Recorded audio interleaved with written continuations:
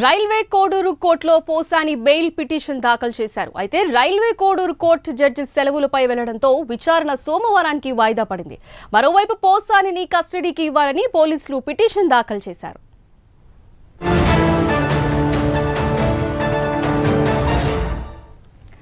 Right, దీని గురించి మరింత సమాచారం మా ప్రతినిధి సుధీర్ అందిస్తారు. సుధీర్, చెప్పండి. Good afternoon. ముఖ్యంగా చూసుకుంటే ఏదైతే వైసీపీ నేత అలాగే పోసాని కృష్ణమురళిని అయితే కనుక ఓల్వారిపల్లి పోలీసులు అరెస్ట్ చేసి ఇప్పటికే కోర్టు ఎదుట కూడా హాజరుపరచడం జరిగింది. అయితే ఇప్పటికే ఆయన 14 రోజుల పాటు కూడా రిమాండ్ ఇవ్వడం జరిగింది.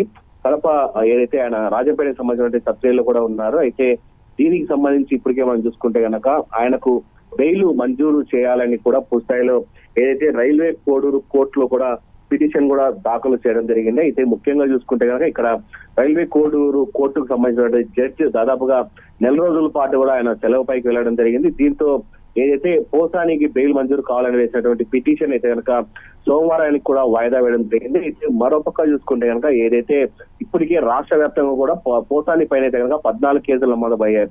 అందులో భాగంగా కూడా ఏదైతే అనంతపూర్కు సంబంధించినటువంటి పోలీసులు అయితే కనుక రైల్వే కోడూరు కోర్టు కూడా చేరుకోవడం జరిగింది. వాళ్ళు కూడా ఏదైతే పిటిషన్ కూడా దాఖలు చేయడం జరిగింది. ఏదైతే పోసానిని తమకు కస్టడీకి ఇవ్వాలని చెప్పి అనంతపూర్ పోలీసులు కూడా కస్టడీ దాఖలు చేయడం జరిగింది. దాని మీద కూడా ఇంతవరకు ఎటువంటి స్పందన రాలేదు. పూర్తి స్థాయిలో మరో 1-2 గంటల్లో కూడా దాని మీద కూడా కోర్టుకు సంబంధించినటువంటి దానిపైన రావాల్సి ఉంది. మరో పక్క చూసుకుంటే కనుక ఏదైతే ఓల్వారిపల్లి పోలీసులు కూడా ఇప్పటికే రిమాండ్ లో ఉన్నటువంటి ఎవరైతే పోసాని ఉన్నాడో ఆయన కూడా పూర్తి స్థాయిలో కూడా తమ కస్టడీకి 2 రోజులు కాదు 3 రోజులు కూడా ఇవ్వాలని చెప్పి వాళ్ళు కూడా పిటిషన్ దాఖలు చేశారు. ఏదేమని చూసుకుంటే కనుక ఏదైతే జడ్జి సెలవుపై వెళ్ళినందులోనే పూర్తి స్థాయిలో కూడా ఇప్పుడు వీళ్ళు వేసేటువంటి పిటిషన్లు కూడా సోమవారానికి వాయిదా వేయడం జరిగింది.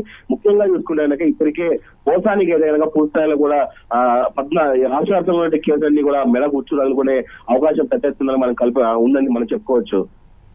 Right, thank you Sudheer.